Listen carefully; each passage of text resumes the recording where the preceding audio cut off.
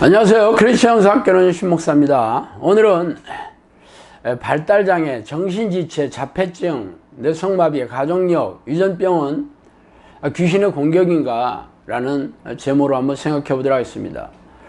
제가 지금 밝힌 그 병들의 원인을 밝히거나 해결한다면 저는 노벨 의학상을 따는 당상이 되겠죠. 지금까지 제가 인터넷의 칼럼이나 유튜브의 강의에서 이런 투의 말을 자주 해오고 있습니다. 그렇지만 대부분의 사람들은 웬 개가 짖는구나 하는 표정이 역력하죠. 목사라는 신분은 성경 말씀을 앞세워서 세상에 못할 일이 없다는 투의 설교를 늘 해오는 부류에 속해 있기 때문입니다. 그러나 말로 때우는 것과 삶의 현장에서 말대로 증명하는 것은 다르죠. 대부분의 목회자들은 성경에 그렇게 기록되어 있기 때문에 그렇게 믿는 것이 믿음이라고 말하고는 슬그머니 꽁무니를 빼고 있습니다. 그러나 저는 아닙니다.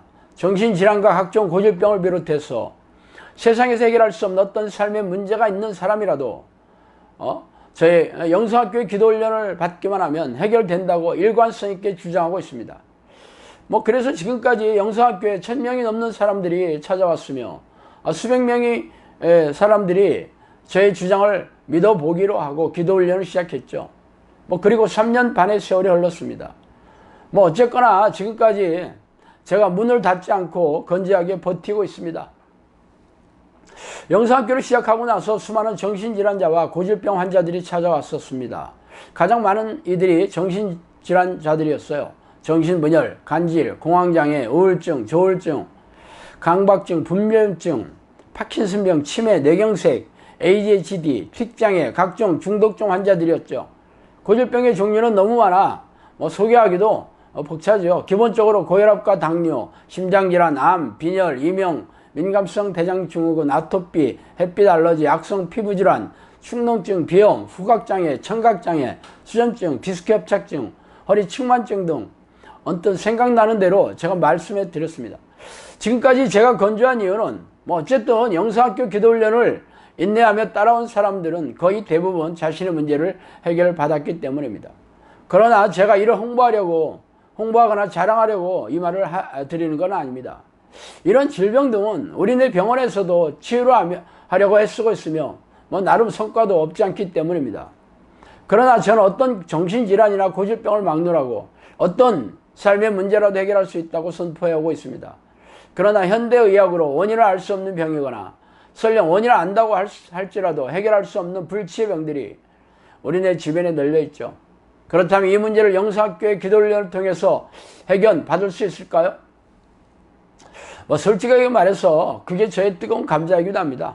그래서 오늘은 이 얘기를 하고 싶습니다. 저를 찾아온 사람 중에서 자폐증, 발달장애가 있는 사람들이 전혀 찾아오지 않은 것은 아니에요. 정신지체나 발달장애를 가진 자녀 2명이 어머니와 함께 찾아온 적이 있었어요. 한 명은 자녀가 30대 중반이었는데 초등학교 저학년 정도의 지능이더라고요. 이 어머니는 평생 전도사로 사역하면서 은퇴하신 분이었어요. 그래서 딸의 문제를 해결하려고 안 해본 게 없다고 말씀하셨어요. 기도의 능력이 있다는 목회자나 내적 치유기관, 귀신 축사자, 수많은 기도원을 찾아 헤매었고 용하다는 정신병원도 찾아다녔지만 속수무책이었다고 합니다. 다른 자녀는 초등학교 5, 6학년쯤 되는 딸이었는데 그 유치원 수준의 지적 수준이라고 하더라고요.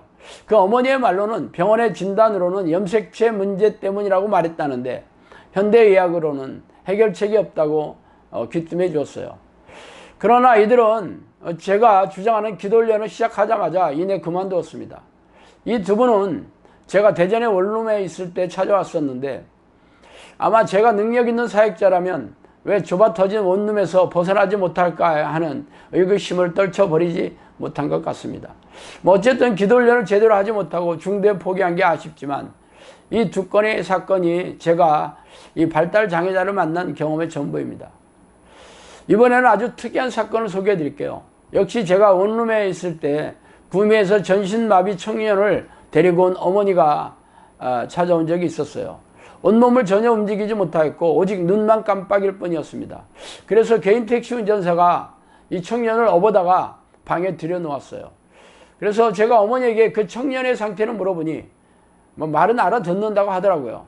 그래서 제가 하나님을 부르는 기도를 하라고 여러 번 일러주고 기도를 해주고는 돌려보냈습니다. 뭐 그랬더니 며칠 후에 놀랍게도 그 청년에게서 카톡이 와 있었어요. 아니 전신마비인데 어떻게 손으로 움직여서 카톡을 보냈을까 의아해하면서 그 어머니에게 전화를 해보았어요. 그랬더니 미용사인 그 어머니는 자신도 일터에 있어 자세한 상황을 모른다고 하시는 게 아니겠어요? 그리고는 퇴근 후에 전화가 왔었는데 손가락이 움직여서 이 카톡을 보낼 수 있게 되었다고 합니다. 뭐 나중에는 복지시설에 다닐 만큼 많이 호전되었다고 여러 번 연락이 오곤 했었어요. 그러나 뭐 이내 소식이 끊겼죠. 뭐 이 청년이 기도 훈련을 더 했더라면 더욱 놀라운 기적을 경험할 수 있었을 텐데 하나 아쉬움이 남습니다. 또 지난 봄인가 어린 딸이 자폐증 증세를 보여서 찾아온 젊은 부모가 있었어요. 제가 그 부모와 상담을 하던 와중에도 그 딸은 영상학교 마당에 쇠석을 깔아 놓았는데 그 쇠석을 맨발로 밟으면서 소리를 지르고 돌아다니던 뜨악한 광경을 연출했어요. 그러나 이 부모는 제가 기도 훈련을 하라는 말에 고개를 흔들고 총총 걸음으로 사라져버렸죠. 그리고 얼마 전에 중증 자폐증 청년을 데리고 영상학교에 찾아온 부모가 있었습니다. 그 청년의 상태는 심각하기 그지없었어요. 돌발적으로 소리를 지르고 예측 불가능한 행동을 보이며 분노에 차서 닥치는 대로 물어뜯어서 그 아버지의 팔에는 이빨 자국들이 선명하였습니다.